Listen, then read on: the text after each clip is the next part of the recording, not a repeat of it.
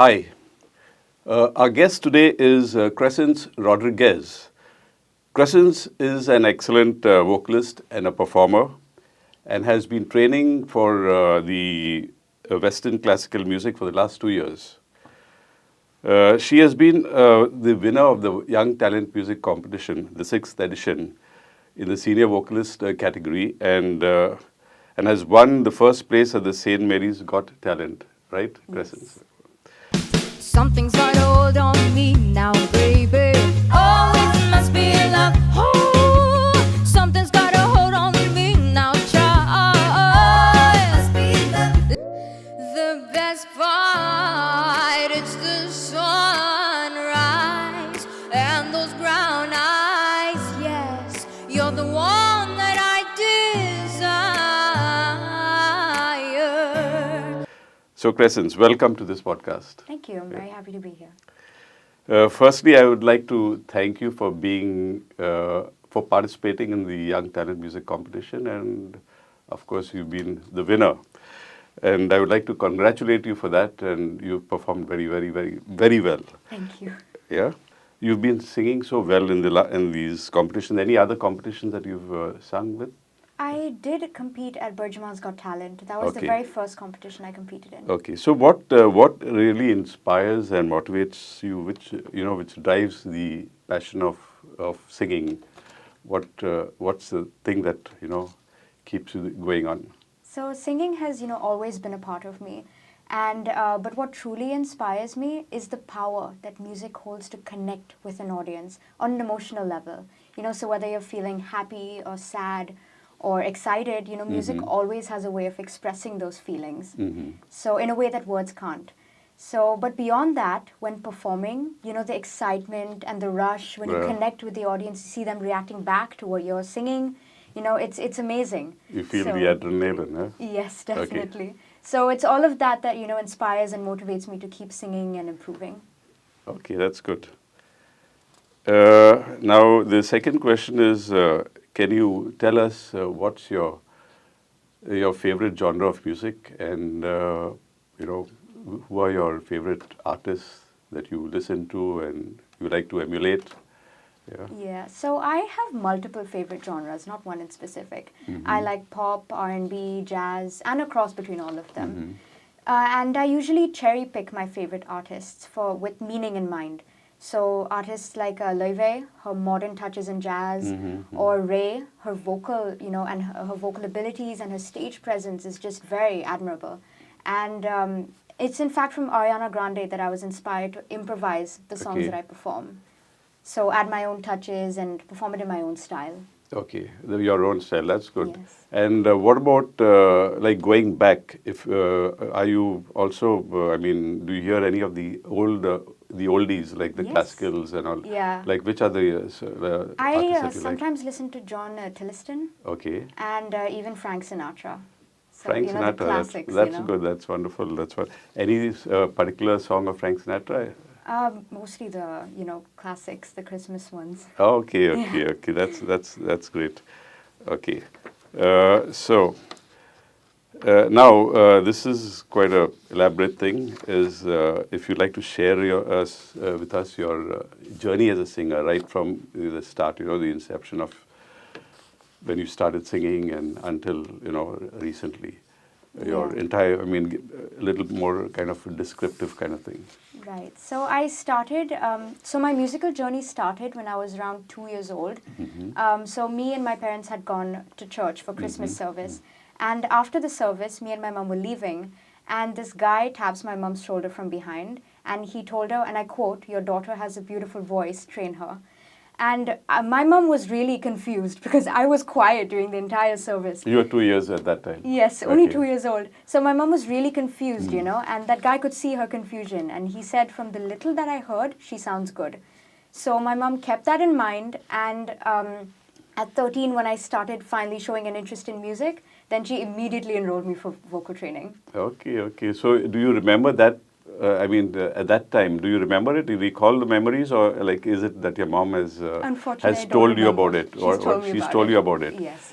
And I guess since then you, got into kind of listening to music and trying to Yes. sing, and My mom always played music for me growing up. Oh, really? To make sure, Okay, I okay. get into that. So, which is the first song that you could recall that you've been singing? The first song, maybe some nursery Probably, rhymes or something like that. I would say the Planet Shakers. My mom always played their songs. I was Okay. made to worship. That's the song I first learned to Okay. sing. That is a spiritual song, or Yes, it's yes. a It's a spiritual gospel song? song, Okay. yes. Also, I mean, have you had any exposure with church music? Like, going, in church. I mean, church is one place where there's a lot of music culture. Yes. You have the choirs and you have the singing during the services and all that. Did that kind of, were you exposed to anything of that, or? I was in the St. Mary's Church choir for a short period of time, not Okay. for long, but yeah, I have been exposed to that. Okay, okay. So you've also sung in a choir, which is a different kind of. Yes. It's totally a different ball game when it comes to church music, when you sing in the choir and when you sing as an individual. Absolutely. Because when you sing as an individual, you can improvise, you can do what you want. Yeah. But when you sing with a group, it's like, so maybe you have a lot of, have some experience of that also. And how do you find that? It Singing? really helped me sing according to the way songs are supposed to be sung. Because, I always improvised songs. So this really trained me to sing word to word, according to theory. It Okay. helped me with that. Okay, you've used any music sheets or anything? Any kind of sung with music Not or in the different choir. parts? Like, you have Yes. a different, like you have the soprano, you have the alto. Like Yes, yes. I were was you- an alto. You are in alto. Yeah. Okay, that's what. Okay, so you have some experience also in kind of Choirs. in choir singing, Yes, right? I do, Okay, yeah. that's good. Very good. Yeah. So. Before I go to the next question, like recently, what are the, where are the places that you've been singing, like, in recent years? So So besides the recently, competition. I've mostly been performing through my music school. So they've, given me the exposure to perform at, a couple hotels and, some markets and all that. So Okay, mostly that's that. good. So I think it's a good thing to, just grab the opportunity whenever you get, somebody Yes. says, okay, Crescens, can you sing a song? And then you Yeah. you'd love to do it. There's some kids and some even people, people like us also feel a little shy to Yeah. to sing when somebody even just called up upon to sing. Yes. Yeah. So it's good. So now from the performance point of view, one particular message that you would like to offer to our aspiring students, our new students, as well as the audience, watching this podcast here. So when I was 8, I bombed my first vocal competition. It did not go well, the audition, and I was not vocally training at the time, and I wasn't prepared. So after that, I don't exactly remember what happened, but I just quit music. And that is one of my biggest regrets. I did not think about music for the next 5 years. And then at 13, when I started to get back into music, I realized that failures, they lead to success. So my piece of advice would be to take your time, to choose what you love, and don't let pressure decide for you. Well, that's a wonderful message from Crescens. Great message to our young aspiring students. Very often that we feel that we are not good enough for it. Sometimes it could be a fact, or sometimes it could even be not true. Because you feel that somebody said something, or and then you feel kind of you get a kind of complex, and you don't feel like doing it again. That sort of. Yes. But it's a good message that you persisted, and continued your journey as a singer. So that's a wonderful thing, Crescens. Now, this is more of a generic question about music as part of the school education. What would you like to suggest to schools? Of course, schools today, in contemporary, life today, there's a lot of importance given to music, even at school levels also. But I think personally there's a lot more that can be offered. But from your point of view, what do you think as you know school going kid? What would you think about where it is as of now? Where's music in school as of now, and what could be improved? Right. So right now, like I believe that music is a part of life. It's more than just entertainment. And, sometimes it's treated as a hobby or a side hustle when it can be a career choice for most. So, what I would say is that schools and establishments should make music more accessible to everyone rather than just those who are able to go for private lessons and classes. Would you think about, schools, schools keeping music as part of the mainstay academic system, or it should still remain like an extracurricular activity? It should become mainstream, definitely. Mainstream, Yes. okay.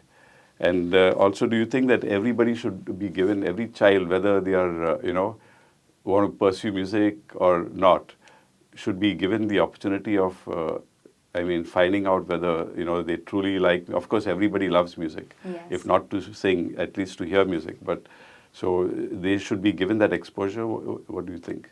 I think everyone should be given that exposure so they can decide if they want to pursue a career in music or not. And plus, music is a lot more than just, singing. It helps with mental health, it helps with focus, and, it can help, improve children, students who, who struggle with more traditional subjects. So it can really help. Personally, how would you, of course, you've been singing and you love to sing, it's a passion. But do you think it has helped you in any way that, in your in your studies or in your, daily life? Music has made me more disciplined. There's timings, morning practice, then afternoon practice. So it's got me disciplined to following a certain timetable daily. And it's also, improved my self-confidence, my self-esteem, believing in myself. Okay. So, yeah.